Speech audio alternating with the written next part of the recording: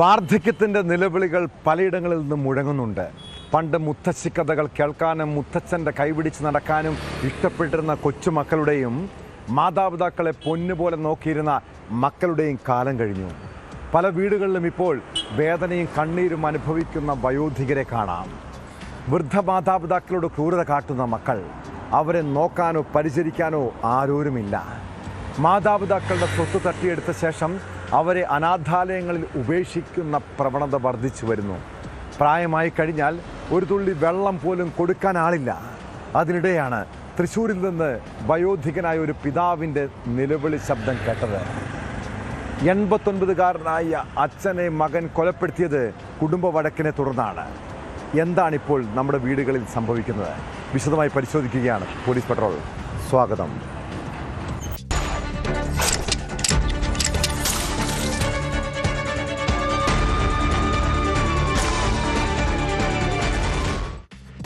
വയോധികരായ മാതാപിതാക്കളെ സംരക്ഷിക്കേണ്ടത് മക്കളുടെ ഉത്തരവാദിത്തമാണ്.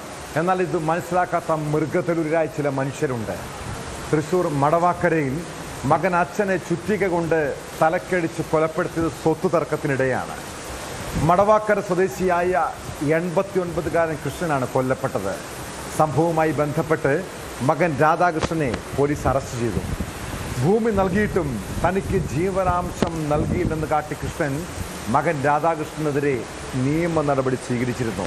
ഇതിലുള്ള വൈരാഗ്യമാണ് കൊലപാതകത്തിൽ കലാശിച്ചതെന്നാണ് പോലീസ് നൽകുന്ന വിവരം.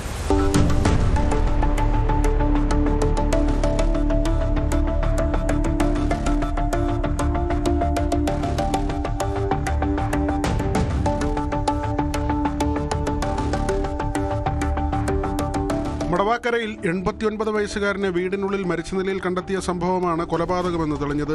തനിച്ച് താമസിച്ചിരുന്ന ചിറ്റിശ്ശേരി മടവാക്കര പുലയടത്ത് പറമ്പിൽ വീട്ടിൽ കൃഷ്ണനെ കഴിഞ്ഞ ചൊവ്വാഴ്ചയാണ് വീട്ടിൽ മരിച്ച നിലയിൽ കണ്ടെത്തിയത്. ചെങ്ങാലൂരിലുള്ള മൂത്തമകൻ മുരളീധരൻ പിതാവിനെ ഫോണിൽ വിളിച്ചിട്ട് കിട്ടാത്തതിനെ തുടർന്ന് നടത്തിയ അന്വേഷണത്തിലാണ് മരണവിവരം പുറത്തറിയുന്നത്. മടവാക്കരയിലുള്ള വീട്ടിലെത്തിയ മുരളീധരൻ അടഞ്ഞുകിടന്ന വീട്ടിൽ നിന്ന് ദുർഗന്ധം വമിക്കുന്നത് മനസ്സിലായതോടെ പുതുക്കാട് പോലീസിൽ വിവരമറിയിക്കുകയായിരുന്നു. പോലീസെത്തി വീട് തുറന്നു നടത്തിയ പരിശോധനയിലാണ് കൃഷ്ണന്റെ മൃതദേഹം കണ്ടെത്തിയത്. മുറിയുടെ ചുമരിൽ ചാരി കട്ടിലിൽ ഇരിക്കുന്ന നിലയിലായിരുന്നു മൃതദേഹം. ഇടത് ചെവിയോട് ചേർന്ന് ആഴത്തിലുള്ള മുറിവും വീടിന്റെ 2ാം നിലയിലെ പുറത്തേക്കുള്ള വാതിൽ തുറന്നു കിടന്നതും കൊലപാതകമെന്ന സംശയമുണ്ടാക്കി. പോസ്റ്റ്മോർട്ടത്തിൽ തലയിലേറ്റ ആഴത്തിലുള്ള മുറിവാണ് മരണകാരണമെന്നും കൊലപാതകമാണെന്നും വ്യക്തമായതോടെ പോലീസ് അന്വേഷണം ഊർജിതമാക്കുകയായിരുന്നു. സമീപത്ത് താമസിക്കുന്ന മകൻ രാധാകൃഷ്ണൻ പിതാവിന്റെ സംസ്കാര ചടങ്ങിൽ പങ്കെടുക്കാതിരുന്നത് സംശയത്തിനിടയാക്കി. തുടർന്നുള്ള അന്വേഷണത്തിലാണ് ഇയാളാണ് പ്രതിയെന്ന് കണ്ടെത്തി അറസ്റ്റ് ചെയ്തത്.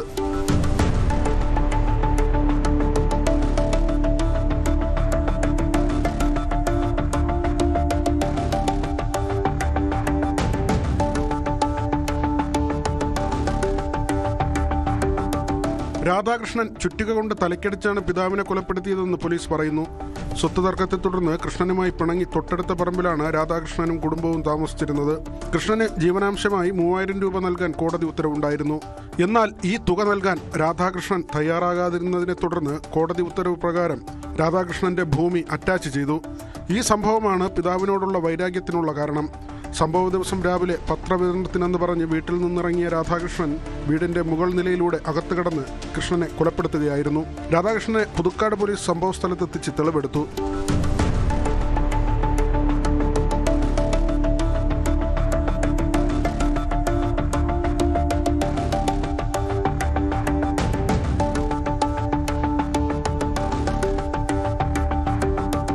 ന്യൂസ് 18 തൃശ്ശൂർ. ഏതാനും വർഷങ്ങൾ കഴിഞ്ഞാൽ ഡോക്ടറായി സമൂഹത്തിൽ പ്രവർത്തിക്കേണ്ട ഒരു മെഡിക്കൽ വിദ്യാർത്ഥി, അയാളുടെ ക്രിമിനൽ മനോനില സഹപാഠികളെ ആകെ ഞെട്ടിച്ചിരിക്കുകയാണ്. തിരുവനന്തപുരം മെഡിക്കൽ കോളേജിലെ MBBS വിദ്യാർത്ഥിനികളുടെ ചിത്രങ്ങൾ മോർഫ് ചെയ്ത് സമൂഹ മാധ്യമങ്ങളിൽ പ്രചരിപ്പിച്ച യുവാവിനെ കുറിച്ചാണ് പറഞ്ഞു വരുന്നത്. സംഭവത്തിൽ കൂടുതൽ FIRകൾ പോലീസ് രജിസ്റ്റർ ചെയ്തു. വയനാട് കാക്കവയൽ സ്വദേശിയും മെഡിക്കൽ കോളേജിലെ 3ാം വർഷ വിദ്യാർത്ഥിയുമായ ആബേൽ അഗസ്റ്റിനെതിരെയാണ് നടപടി. കേസിലെ 1ാം പ്രതിയായ ആബേലിനെ മെഡിക്കൽ കോളേജ് പോലീസ് വീണ്ടും അറസ്റ്റ് ചെയ്തു. നേരത്തെ കോടതി ജാമ്യം അനുവദിച്ചതോടെ പ്രതിഷേധവുമായി വിദ്യാർത്ഥികൾ രംഗത്തെത്തിയിരുന്നു.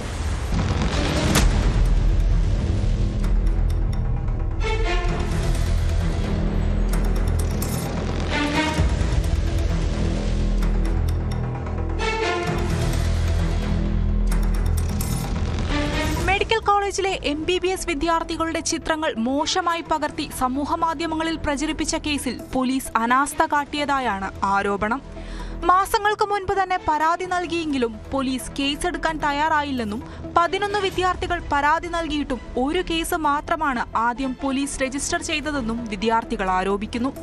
പരാതി ശക്തമായതിനെ തുടർന്നാണ് 2 കേസുകൾ കൂടി പോലീസ് രജിസ്റ്റർ ചെയ്തത്. ആദ്യ കേസിൽ അറസ്റ്റിലായി ജാമ്യത്തിൽ വിട്ട ആബേലിനെ വീണ്ടും അറസ്റ്റ് ചെയ്തു. കൂടുതൽ പരാതിക്കാരുണ്ടെങ്കിൽ അവരിൽ നിന്ന് മൊഴിയെടുത്ത ശേഷം വീണ്ടും FIRകൾ രജിസ്റ്റർ ചെയ്യുമെന്ന് പോലീസ് അറിയിച്ചു. കേസിനെ തുടർന്ന് ആബേൽ അഗസ്റ്റിനെ മെഡിക്കൽ കോളേജിൽ നിന്ന് സസ്പെൻഡ് ചെയ്തിരുന്നു. ഇയാൾ 20ലേറെ മെഡിക്കൽ വിദ്യാർത്ഥിനികളുടെ ചിത്രങ്ങൾ മോർഫ് ചെയ്ത് പ്രചരിപ്പിച്ചതായി പോലീസ് പറയുന്നു. DCPയുടെ നേതൃത്വത്തിൽ പ്രതിയെ വീണ്ടും ചോദ്യം ചെയ്തപ്പോഴാണ് ചൂഷണത്തിന്റെ കൂടുതൽ വിവരങ്ങൾ പുറത്തായത്. ആബേലിന്റെ സമൂഹമാധ്യമ അക്കൗണ്ടുകൾ സൈബർ വിദഗ്ധർ പരിശോധനയ്ക്ക് വിധേയമാക്കും. ഇയാളുടെ സുഹൃത്തുക്കൾ ഉൾപ്പെടെ പോലീസ് നിരീക്ഷണത്തിലാണ്. ആബേലിനെ കഴിഞ്ഞ ദിവസവും അറസ്റ്റ് ചെയ്തിരുന്നെങ്കിലും ജാമ്യത്തിൽ വിട്ടതോടെ വിദ്യാർത്ഥികൾ മെഡിക്കൽ കോളേജ് പോലീസ് സ്റ്റേഷന് മുന്നിൽ രാത്രി മണിക്കൂറുകളോളം പ്രതിഷേധിച്ചിരുന്നു. നിസ്സാര വകുപ്പുകളാണ് പോലീസ് ചുമത്തിയതെന്നാണ് വിദ്യാർത്ഥികളുടെ ആരോപണം.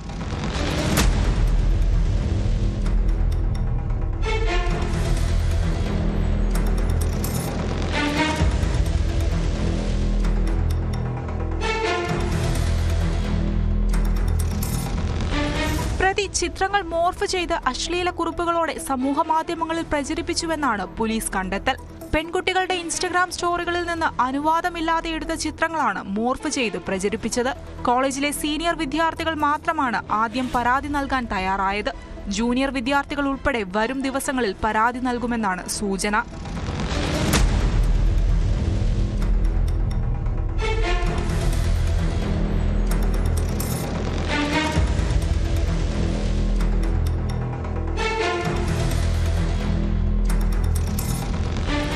ന്യൂസ് 18 തിരുവനന്തപുരം. ധർമ്മസ്ഥല കൂട്ടക്കൊലപാതക കേസിൽ ഇനിയും ദുരൂഹത ഒഴിഞ്ഞിട്ടില്ല. കാണാതായവരെക്കുറിച്ചോ മരിച്ചവരെക്കുറിച്ചോ വിവരമൊന്നുമില്ല. ഇപ്പോഴും നീതിക്ക് വേണ്ടി പല കുടുംബങ്ങളും പോരാട്ടം നടത്തുന്നു. അതിനിടെ 2012 അതിക്രൂരമായി കൊല്ലപ്പെട്ട സൗജന്യ കേസ് പുനരന്വേഷിക്കാൻ സുപ്രീം കോടതിയുടെ അനുമതി. CBI അന്വേഷിച്ചു തള്ളിയ കേസിൽ വർഷങ്ങൾ നീണ്ട നിയമ പോരാട്ടങ്ങൾക്കൊടുവിലാണ് ആക്ഷൻ കമ്മിറ്റിക്ക് നീതി ലഭിക്കുന്നത്. വാദം കേൾക്കുന്നതിനിടെ CBI അന്വേഷണത്തെ കോടതി രൂക്ഷമായി വിമർശിച്ചു. കേസിൽ ആരെയാണ് സംരക്ഷിക്കാൻ ശ്രമിക്കുന്നതെന്ന് കോടതിയുടെ ചോദ്യം.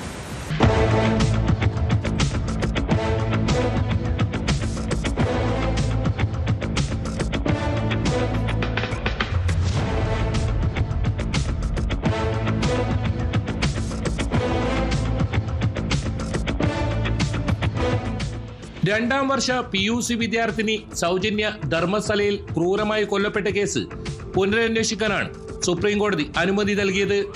ജസ്റ്റിസുമാരായ സഞ്ജയ് കുമാർ, സഞ്ജീവ് സച്ചിദേവ എന്നിവർ ഉൾപ്പെട്ട ഡിവിഷൻ ബെഞ്ചാണ് ഇത് സംബന്ധിച്ച് വാക്കാൽ പരാമർശം നടത്തിയത്. ഏത് ഏജൻസി അന്വേഷണം നടത്തണമെന്നത് സംബന്ധിച്ച ഉത്തരവ് വൈകാതെ ഉണ്ടായേക്കും. വാദം കേൾക്കുന്നതിനിടയിൽ CBI അന്വേഷണത്തെ കോടതി രൂക്ഷമായി വിമർശിച്ചു. ആരെയാണ് സംരക്ഷിക്കാൻ ശ്രമിക്കുന്നതെന്ന് CBIയെ പരാമർശിച്ച് കോടതി ചോദിച്ചു. 2012 ഒക്ടോബറിൽ സൗജന്യയുടെ മൃതദേഹം കണ്ടെടുത്ത സ്ഥലം ഒരിക്കൽ പോലും സന്ദർശിച്ചിട്ടില്ലെന്ന CBI അന്വേഷണ ഉദ്യോഗസ്ഥരുടെ മൊഴി അസ്വസ്ഥതയുണ്ടാക്കുന്നതാണെന്നും ജഡ്ജിമാർ ചൂണ്ടിക്കാട്ടി. പുതിയ അന്വേഷണം CBIയെ ഏൽപ്പിക്കില്ലെന്നും സുപ്രീം കോടതി സൂചിപ്പിച്ചു. നിഷ്പക്ഷമായ അന്വേഷണം നടത്താൻ കഴിയുമെന്ന് വിശ്വസിക്കുന്ന SITയിൽ ഉണ്ടായിരുന്ന ചില കർണാടക പോലീസ് ഉദ്യോഗസ്ഥരുടെ പേരുകൾ ഹർജിക്കാരിയായ സൗജന്യയുടെ അമ്മ കുസുമാവതി കോടതിയിൽ സമർപ്പിച്ചിട്ടുണ്ട്. നീണ്ട നാളത്തെ പോരാട്ടത്തിന്റെ വിജയമാണിതെന്ന് ആക്ഷൻ കമ്മിറ്റി വ്യക്തമാക്കി. എല്ലാരും കൂടിയിട്ട് ചെയ്ത് ഒരു മാധ്യമോ ഇല്ലെങ്കിൽ ഒന്നും ചെയ്യാൻ പറ്റിയ മാധ്യമോ ആൾക്കാരും എല്ലാരും കൂടിയിട്ട് ഈ ഒരു ഇവിടെ മരിച്ചെന്ന് പറയുന്നത്. ഇപ്പൊ എന്താ സംബന്ധം എന്ന് പറഞ്ഞെങ്കിൽ ഇപ്പം സുപ്രീം കോടതി പറഞ്ഞത് SIT ടീം രചനയാക്കണമെന്ന് സ്റ്റേറ്റ് ഗവൺമെന്റിനോട്. അന്നേരം നമ്മുടെ വക്കീൽ പറഞ്ഞതെന്ന് പറഞ്ഞാൽ സുപ്രീം കോടതി മുത്തർജിയില് സുപ്രീം കോടതിയിൽ നിന്ന് അവര് നോക്കിക്കൊണ്ട് അതൊരു ടീം രചന പറഞ്ഞു. അതിലൊരു പെൻഡിങ് ഉണ്ട്. അതൊരു 10 ദിവസത്തിനുള്ളിൽ അറിയാം ഇപ്പൊ എങ്ങനെ ചെയ്യുന്നത്. 2012 ഒക്ടോബർ 9 സൗജന്യ കൊല്ലപ്പെടുന്നത്. ക്രൂരമായ പീഡനത്തിനിരയായതായും കഴുത്തു ഞെരിച്ചതായും പോസ്റ്റ്മോർട്ടത്തിൽ കണ്ടെത്തിയിരുന്നു. വിദ്യാർത്ഥിനിയുടെ മരണം കർണാടകയിലുടനീളം വ്യാപക പ്രതിഷേധത്തിനാണ് ഇടയാക്കിയത്. കേസിൽ കാർക്കള സ്വദേശി സന്തോഷ് റാവുവിനെ അന്വേഷണ ഏജൻസികൾ അറസ്റ്റ് ചെയ്തിരുന്നുവെങ്കിലും കുറ്റക്കാരില്ലെന്ന് കണ്ടെത്തി വിട്ടേക്കുകയായിരുന്നു. വിചാരണ വേളയിൽ 6 വർഷമാണ് ഇയാൾക്ക് ജയിലിൽ കഴിയേണ്ടി വന്നത്. സൗജന്യ കേസിൽ പുതിയ അന്വേഷണ സംഘം വരുന്നതോടെ ധർമ്മസ്ഥലയിൽ നടന്ന നിരവധി ദുരൂഹ മരണങ്ങളുടെ ചുരുളഴിയുമെന്നാണ് ആക്ഷൻ കമ്മിറ്റിയുടെ വിലയിരുത്തൽ.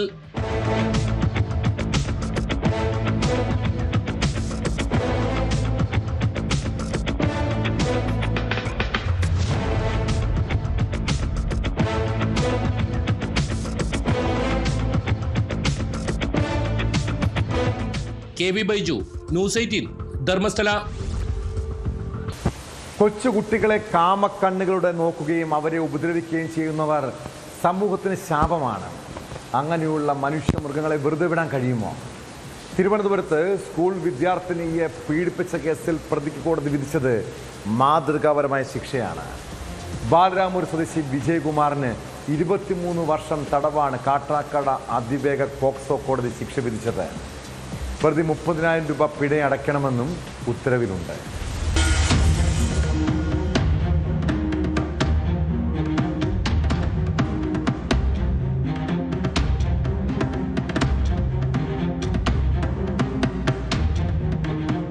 കാട്ടാക്കടയിൽ സ്കൂൾ വിദ്യാർത്ഥിയായ ആൺകുട്ടിയെ പ്രകൃതിവിരുദ്ധ ലൈംഗിക പീഡനത്തിനിരയാക്കിയ കേസിലാണ് ശിക്ഷ. പ്രതിക്ക് വിവിധ വകുപ്പുകളിലായി 23 വർഷം കഠിന തടവും 30,000 രൂപ പിഴയും ശിക്ഷ വിധിച്ചു. ബാലരാമപുരം പഞ്ചായത്ത് ഓഫീസിന് സമീപം ചെറുത്തല വിളാകത്ത് വീട്ടിൽ 46-കാരനായ വിജയകുമാറിനെയാണ് കാട്ടാക്കട അതിവേഗ പോക്സോ കോടതി ജഡ്ജി വി വിനോദ് ശിക്ഷിച്ചത്.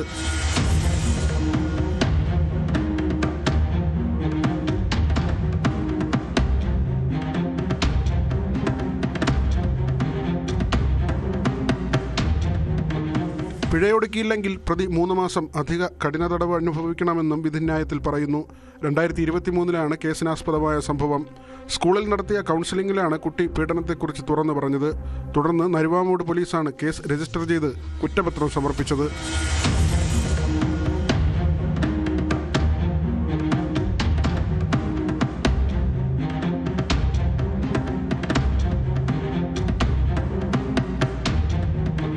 ന്യൂസ് 18 കാട്ടാക്കട.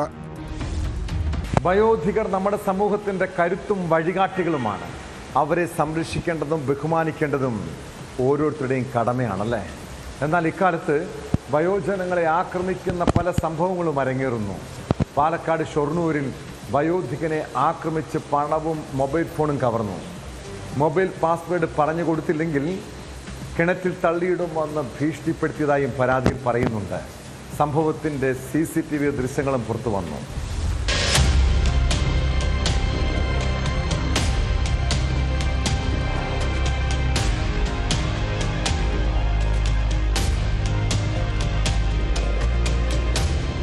പാലക്കാട് ഷൊർണൂരിലാണ് നടന്നു പോവുകയായിരുന്ന വയോധികനെ പിന്നാലെ ഓടിവന്ന് ആക്രമിച്ച് അജ്ഞാത യുവാവ് പണവും മൊബൈൽ ഫോണും കവർന്നത്. ഷൊർണൂർ ഞമ്പ്രത്ത് സ്വദേശി 75-കാരനായ ബേബി അഗസ്റ്റിനാണ് മർദ്ദനമേറ്റത്. യുവാവ് വയോധികന് പിറകെ ഓടുന്നതിന്റെ ദൃശ്യങ്ങൾ പുറത്തു വന്നിട്ടുണ്ട്. കഴിഞ്ഞ ദിവസം ഉച്ചയോടെ ഷൊർണൂർ റെയിൽവേ സ്റ്റേഷന് സമീപത്താണ് സംഭവം.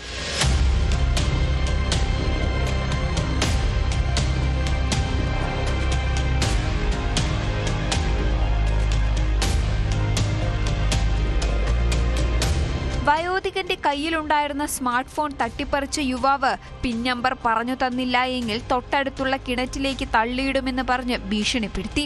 തുടർന്ന് ബഹളം വെച്ചപ്പോൾ ഇയാൾ ഓടി രക്ഷപ്പെട്ടതായും ബേബി അഗസ്റ്റിൻ പോലീസിനോട് പറഞ്ഞു. ബേബി ഷൊർണൂരിൽ നിന്ന് റെയിൽവേ ട്രാക്കിനരികിലൂടെ വീട്ടിലേക്ക് നടന്നു പോകുന്നതിനിടെയാണ് സംഭവം. ഷൊർണൂർ പോലീസിൽ പരാതി നൽകിയതിനെ തുടർന്ന് പ്രതിക്കായി പോലീസ് അന്വേഷണം ആരംഭിച്ചു. മുഖത്ത് പരിക്കേറ്റ ബേബി അഗസ്റ്റിൻ ഒറ്റപ്പാലം താലൂക്ക് ആശുപത്രിയിൽ ചികിത്സ തേടി.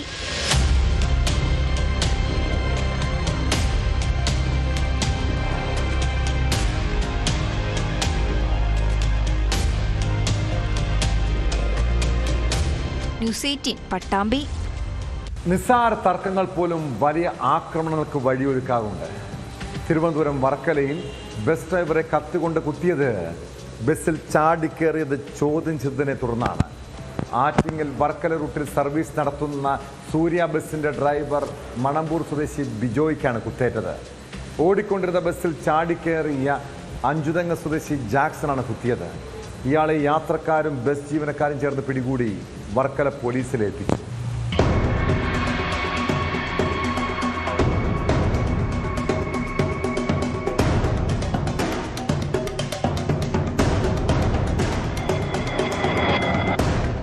വർക്കല ജില്ലാ ആയുർവേദ ആശുപത്രിക്ക് സമീപമാണ് സംഭവം. ആറ്റിങ്ങൽ വർക്കല റൂട്ടിൽ സർവീസ് നടത്തുന്ന സൂര്യ ബസിന്റെ ഡ്രൈവർ മണമ്പൂർ സ്വദേശി ബിജോയ്ക്കാണ് കുത്തേറ്റത്. ഓടിക്കൊണ്ടിരുന്ന ബസ്സിൽ ചാടിക്കയറിയ അഞ്ചുതെങ്ങ് സ്വദേശി ജാക്സനാണ് വാക്കുതർക്കത്തെ തുടർന്ന് ബിജോയിയെ കുത്തിയത്.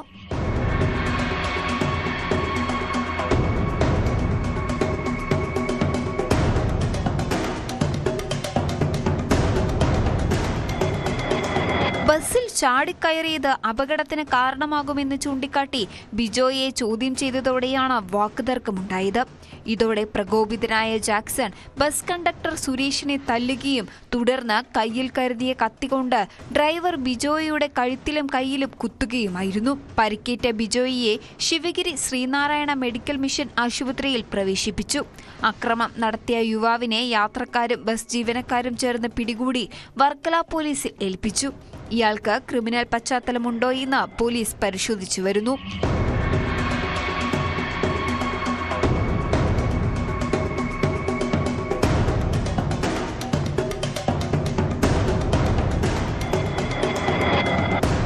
News 18 Varkala. Kannur Anjarakandy dental college വിദ്യാർത്ഥി നിതിൻ രാജിന്റെ കുടുംബത്തിന് നീതി കിട്ടുമോ? മുഖ്യപ്രതി ഡോക്ടർ MK റാം അറസ്റ്റിലായതോടെ ഇനി പല ഉന്നതരും കുടുങ്ങുമോ? തലശ്ശേരി SC/ST പ്രത്യേക കോടതി അനുമതി നൽകിയതിന് പിന്നാലെയാണ് ഡോക്ടർ റാമിനെ അറസ്റ്റ് ചെയ്തത്.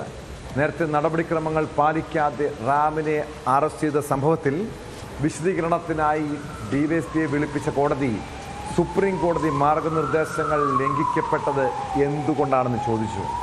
റാമിനെ തലശ്ശേരി അഡീഷണൽ സെഷൻസ് കോടതി റിമാൻഡ് ചെയ്തിരിക്കുകയാണ്.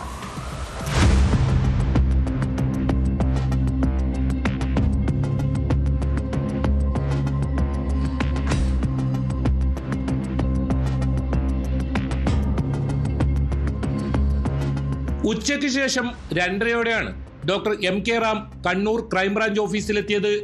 റാമിനെ വീണ്ടും അറസ്റ്റ് ചെയ്യുന്നതിനായി പോലീസ് സംഘം കോടതിയുടെ അനുമതിക്ക് കാത്തിരിക്കുന്നതിനിടെയായിരുന്നു ഇത്. അറസ്റ്റിനായുള്ള ക്രൈംബ്രാഞ്ചിന്റെ അപേക്ഷ Thalassery additional sessions and SC/ST കോടതി അനുവദിച്ചതിന് പിന്നാലെയാണ് അറസ്റ്റ് രേഖപ്പെടുത്തിയത്. ഗ്രൗണ്ട് ഓഫ് അറസ്റ്റ് വിവരങ്ങൾ പ്രതിയെ രേഖാമൂലം അറിയിച്ചതായി പ്രോസിക്യൂഷൻ രാവിലെ കോടതിയെ അറിയിച്ചിരുന്നു. അറസ്റ്റിൽ എതിർപ്പില്ലെന്ന് ഡോക്ടർ റാമിന്റെ അഭിഭാഷകനും കോടതിയിൽ പറഞ്ഞു. കേസ് പരിഗണിച്ച തലശ്ശേരി അഡീഷണൽ സെഷൻസ് കോടതി റാമിനെ അറസ്റ്റ് ചെയ്ത മുൻ അന്വേഷണ സംഘത്തലവൻ സുധീർ കല്ലനെ വിളിച്ചു വരുത്തി. വാക്കാൽ ഗ്രൗണ്ട് ഓഫ് അറസ്റ്റ് അറിയിച്ചിരുന്നുവെന്ന് DYSP കോടതിയിൽ പറഞ്ഞെങ്കിലും വാക്കാൽ പോരെന്ന് കോടതി ഓർമ്മിപ്പിക്കുകയും ചെയ്തു. ഉദ്യോഗസ്ഥന്റെ രേഖാമൂലമുള്ള വിശദീകരണം പരിശോധിച്ച ശേഷമാണ് കോടതി അറസ്റ്റിന് അനുമതി നൽകിയത്.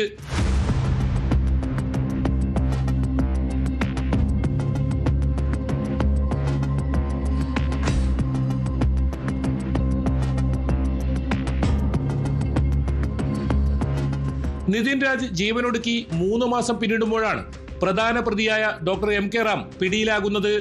3 മാസത്തോളമായി ഒളിവിലായിരുന്ന റാം കീഴടങ്ങുന്നതിനായി കണ്ണൂരിലേക്ക് വരുന്നതിനിടെ തിങ്കളാഴ്ച പുലർച്ചെയാണ് കുടകിൽ വെച്ച് ക്രൈംബ്രാഞ്ച് സംഘം പിടികൂടിയത്.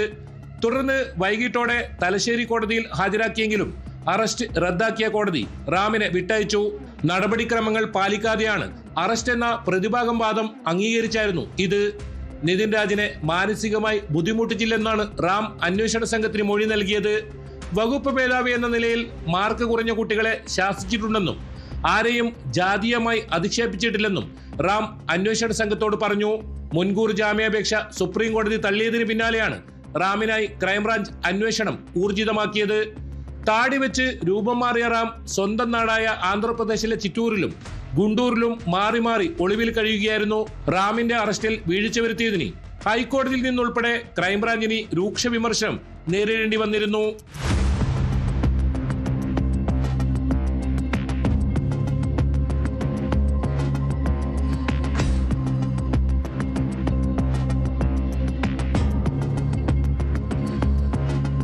ന്യൂസ് 18 കണ്ണൂർ. ശബരിമല സ്വർണ്ണക്കൊള്ളക്കേസിൽ കൂടുതൽ ഉന്നതരിലേക്ക് അന്വേഷണം നീളുകയാണ്. ശ്രീകോവിലിലെ സ്വർണ്ണപ്പാളി മാറ്റിയ കേസിൽ ദേവസ്വം ബോർഡ് മുൻ പ്രസിഡന്റ് PS പ്രശാന്തും മുൻ അംഗം A അജികുമാറും അറസ്റ്റിലായി. മണിക്കൂറുകൾ നീണ്ട ചോദ്യം ചെയ്യലിന് ശേഷം കോടതിയിൽ ഹാജരാക്കിയ ഇരുവരെയും റിമാൻഡ് ചെയ്തു. 100% നിരപരാധികളാണെന്നും രാഷ്ട്രീയ പ്രേരിതമായി കുടുക്കിയതാണെന്നും PS പ്രശാന്ത് കോടതിയിൽ പറഞ്ഞു. തിരുവനന്തപുരം പൂജപ്പുര ജയിലിലേക്കാണ് പ്രതികളെ കൊണ്ടുപോയത്. പ്രതികളെ കോടതി നടപടികൾക്കായി കൊണ്ടുപോയ വാഹനത്തിന് നേരെ യുവമോർച്ച പ്രവർത്തകർ മുട്ടയെറിഞ്ഞ് പ്രതിഷേധിച്ചു.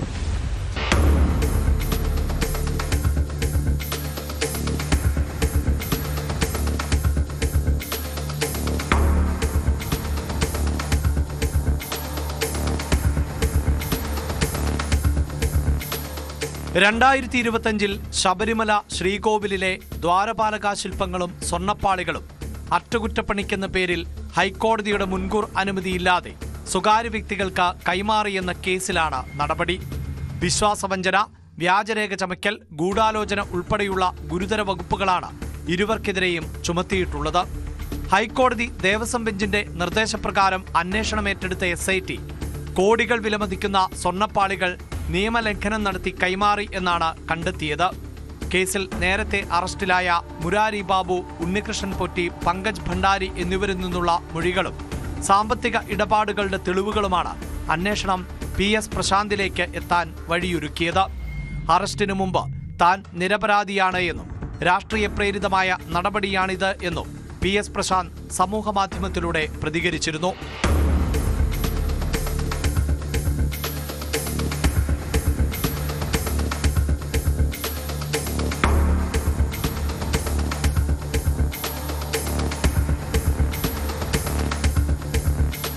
കൊല്ലം പോലീസ് ക്ലബ്ബിൽ വിശദമായ ചോദ്യം ചെയ്യലിന് ശേഷമാണ് ഇരുവരെയും മജിസ്ട്രേറ്റിന് മുന്നിൽ ഹാജരാക്കിയത്. പ്രതികളെയും കൊണ്ട് കോടതിയിലേക്ക് പോയ വാഹനത്തിന് നേരെ വ്യാപകമായ പ്രതിഷേധമാണ് ഉയർന്നത്. പ്രതിഷേധക്കാർ വാഹനത്തിന് നേരെ മുട്ടയെറിഞ്ഞു. തുടർന്ന് പ്രവർത്തകർ റോഡിൽ കുത്തിയിരുന്ന മുദ്രാവാക്യം മുഴക്കി. വരും നാളുകളിൽ കേസിൽ കൂടുതൽ പ്രതികളിലേക്ക് അന്വേഷണം വ്യാപിപ്പിക്കാനാണ് SITയുടെ നീക്കം.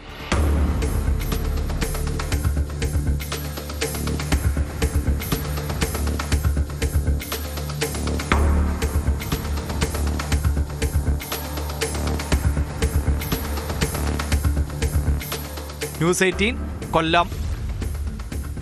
സംസ്ഥാനത്തിന്റെ വിവിധ ഭാഗങ്ങളിൽ മോഷണം തുടർക്കഥയാവുകയാണ്. തിരുവനന്തപുരം തമ്പുരാൻമുക്കിൽ വഴിയോരക്കട കുത്തിപ്പൊളിച്ച് കവർച്ച നടത്തി. കൊല്ലം കടയ്ക്കലിൽ പോസ്റ്റ് ഓഫീസ് കുത്തിത്തുറന്നായിരുന്നു പണം കവർന്നത്. കടയ്ക്കൽ പോലീസിന്റെ മൂക്കിൻ കീഴിലാണ് മോഷണമുണ്ടായത്. 2 കേസുകളിലും പ്രതികൾക്കായി പോലീസ് അന്വേഷണം ഊർജിതമാക്കിയിട്ടുണ്ട്. അതേസമയം പാലക്കാട് 2 കേസുകളിലും തിരുവനന്തപുരം ആര്യങ്കോട് മോഷണ കേസിലും പ്രതികൾ പിടിയിലായി.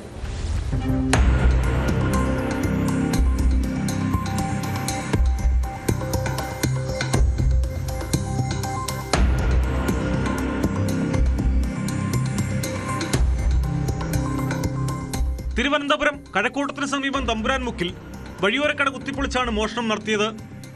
ഉദയൻ എന്ന വയോധികന്റെ കടയിലാണ് മോഷണം നടന്നത്. സിഗരറ്റ് അടക്കമുള്ള സാധനങ്ങൾ നഷ്ടമായി. ഏകദേശം 25,000 രൂപയുടെ നഷ്ടം കണക്കാക്കുന്നു. വയോധികന്റെ ഏക ഉപജീവന മാർഗമാണ് ഇല്ലാതായത്. കഴിഞ്ഞ മാസം ചെയ്ത് ഇപ്പുറത്തെ ഫുഡ് അടിച്ചു പൊളിച്ച് 4,000 രൂപ സിഗരറ്റ് എടുത്തുണ്ട്. അതെടുത്തില്ല. പിന്നെ ഞാൻ അതൊക്കെ പോട്ടെന്ന് ഞാൻ ക്യാഷും കൊടുത്തിട്ട് ഒന്നിനും പോയില്ല. പോയത് പോട്ടെന്ന് ഞാൻ ചെയ്തില്ല.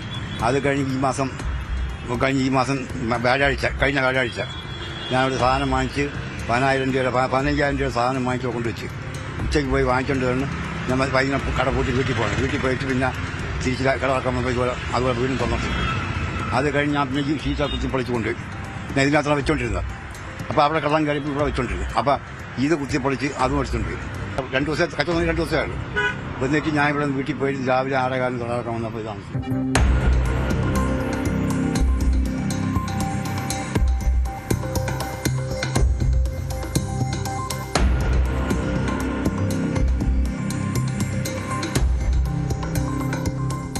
കൊല്ലം കടയ്ക്കലിൽ രാവിലെ പോസ്റ്റ് ഓഫീസ് തുറക്കാനെത്തിയ ജീവനക്കാരാണ് ജനാലക്കമ്പി മുറിച്ച നിലയിൽ കണ്ടത്. എന്തൊക്കെ നഷ്ടമായി എന്ന് പൂർണ്ണമായി തിട്ടപ്പെടുത്തിയിട്ടില്ല. 1.25 ലക്ഷം രൂപയോളം ലോക്കറിൽ ഉണ്ടായിരുന്നതാണ് വിവരം. പോലീസ് സ്ഥലത്തെത്തി അന്വേഷണം ആരംഭിച്ചു. കടയ്ക്കൽ പോലീസ് സ്റ്റേഷന് 50 മീറ്റർ മാത്രം ദൂരത്താണ് ഈ പോസ്റ്റ് ഓഫീസ്.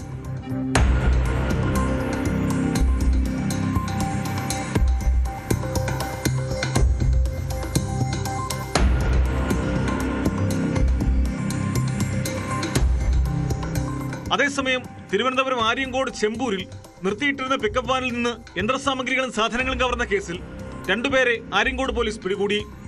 ചെമ്പൂര് കരിക്കോട്ടുകുഴിയിലുള്ള അനിൽകുമാർ, മഞ്ചക്കോട് ഐന്തിക്കോണ സ്വദേശി പ്രവീൺ എന്നിവരാണ് അറസ്റ്റിലായത്. ചെമ്പൂർ സ്നേഹ ആശുപത്രിക്ക് സമീപം കോഴിക്കട നടത്തുന്ന സാമുവലിന്റെ വാനിൽ നിന്ന് ജാക്കി ലിവർ, സ്റ്റെപ്പിനി ടയർ, പണിക്കായി സൂക്ഷിച്ചിരുന്ന ഇരുമ്പ് പൈപ്പുകൾ തുടങ്ങിയവയാണ് മോഷ്ടിച്ചത്.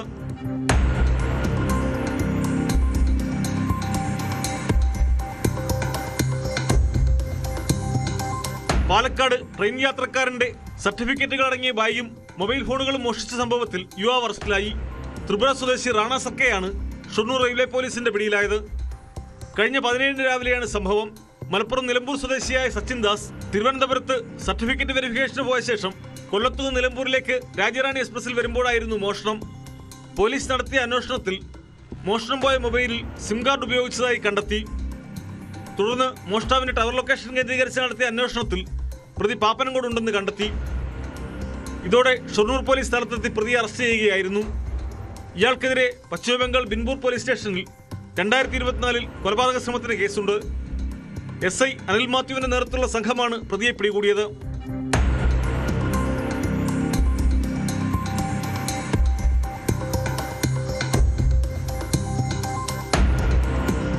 പാലക്കാട് കണ്ണമ്പ്ര കല്ലിങ്കൽപ്പാടത്തെ റബ്ബർ കടയിൽ പട്ടാപ്പകൽ മോഷണം നടത്തിയ പ്രതിയും പിടിയിലായി. ഇടുക്കി കുരങ്ങൻപാറ സ്വദേശി കീരി രതീഷാണ് വടക്കഞ്ചേരി പോലീസിന്റെ പിടിയിലായത്.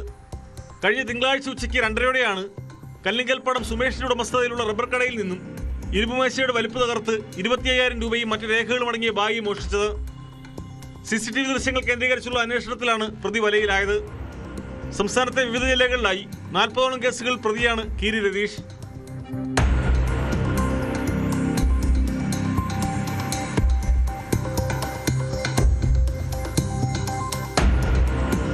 വിവിധ ബ്യൂറോകൾക്കൊപ്പം ന്യൂസ് ഡെസ്ക്, ന്യൂസ് 18. വിദ്യാർത്ഥികളെയും യുവാക്കളെയുമാണ് ലഹരി മാഫിയ ലക്ഷ്യമിടുന്നത്. അവരുടെ പിടിയിൽപ്പെട്ടാൽ ജീവിതം തകരുമെന്ന് നമ്മുടെ കുഞ്ഞുങ്ങൾ മനസ്സിലാക്കാറുണ്ടോ? മലപ്പുറം കാടാമ്പുഴയിൽ നിന്ന് കേട്ട വാർത്ത ഞെട്ടിപ്പിക്കുന്നതാണ്. ചെറു പാക്കറ്റുകളിലാക്കി സ്കൂൾ വിദ്യാർത്ഥികളെ ലക്ഷ്യമിട്ട് കഞ്ചാവ് വിൽപ്പന നടത്തിയിരുന്നത് ഇതര സംസ്ഥാന തൊഴിലാളികളാണ്. ഇവരിൽ നിന്ന് 1/2 കിലോയിലധികം കഞ്ചാവ് പിടിച്ചെടുത്തു.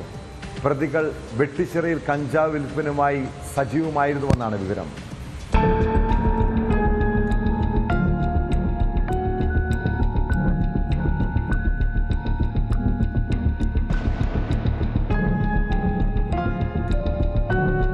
സ്കൂൾ വിദ്യാർത്ഥികൾ അടക്കമുള്ളവരെ ലക്ഷ്യമിട്ട് സ്ഥിരമായി കഞ്ചാവ് വിൽപ്പന നടത്തിവരുന്ന 2 ഇതര സംസ്ഥാന തൊഴിലാളികളെയാണ് കാടാമ്പുഴ പോലീസ് അറസ്റ്റ് ചെയ്തത്.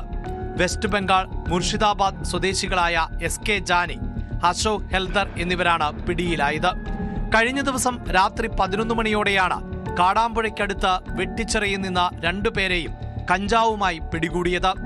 ചെറുപൊതികളിൽ ആക്കി വെട്ടിച്ചിറ പ്രദേശത്ത് സ്ഥിരമായി കഞ്ചാവ് വിൽക്കുന്നവരാണ് പ്രതികളെന്ന് പോലീസ് പറഞ്ഞു.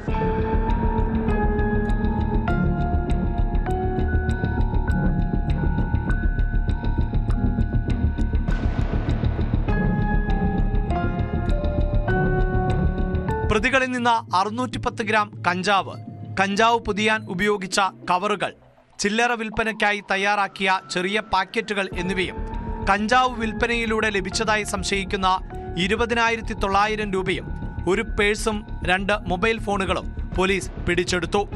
വെട്ടിച്ചിറയിലും പരിസര പ്രദേശങ്ങളിലും സ്കൂൾ കുട്ടികളെ ലക്ഷ്യമിട്ട് ലഹരി വിൽപ്പന നടന്നതായി കണ്ടെത്തിയതിനെ തുടർന്ന് പോലീസ് അന്വേഷണം ശക്തമാക്കിയിട്ടുണ്ട്. കാടാമ്പുഴ CI VK ശ്രീജേഷിന്റെ നേതൃത്വത്തിൽ സീനിയർ CPOമാരായ അജീഷ്, ഷുരിൻ ബാബു, പ്രിയ, CPO ജനീഷ് എന്നിവർ അടങ്ങിയ സംഘമാണ് പ്രതികളെ അറസ്റ്റ് ചെയ്തത്. കോടതിയിൽ ഹാജരാക്കിയ പ്രതികളെ റിമാൻഡ് ചെയ്തു.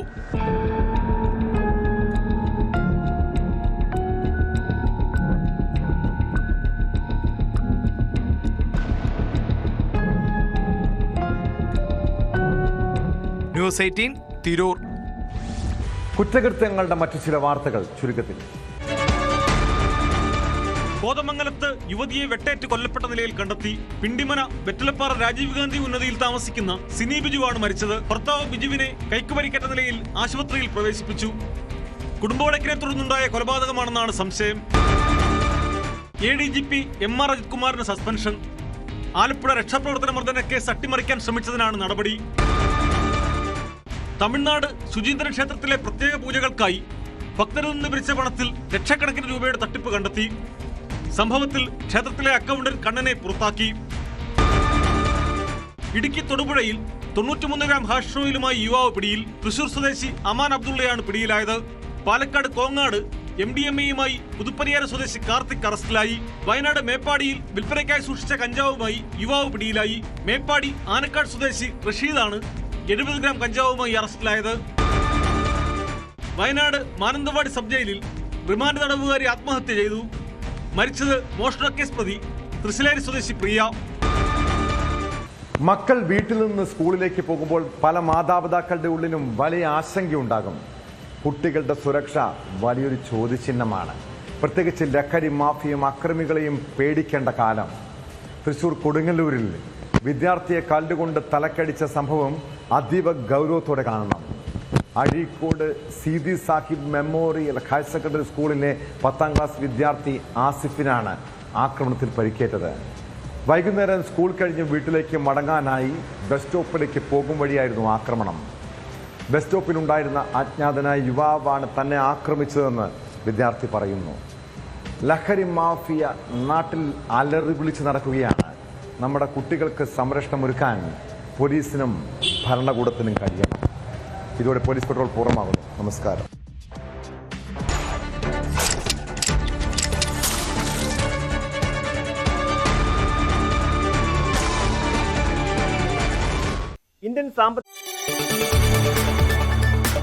കൂടുതൽ വാർത്തകൾക്ക് news 18 Keralam YouTube channel subscribe ചെയ്യുക.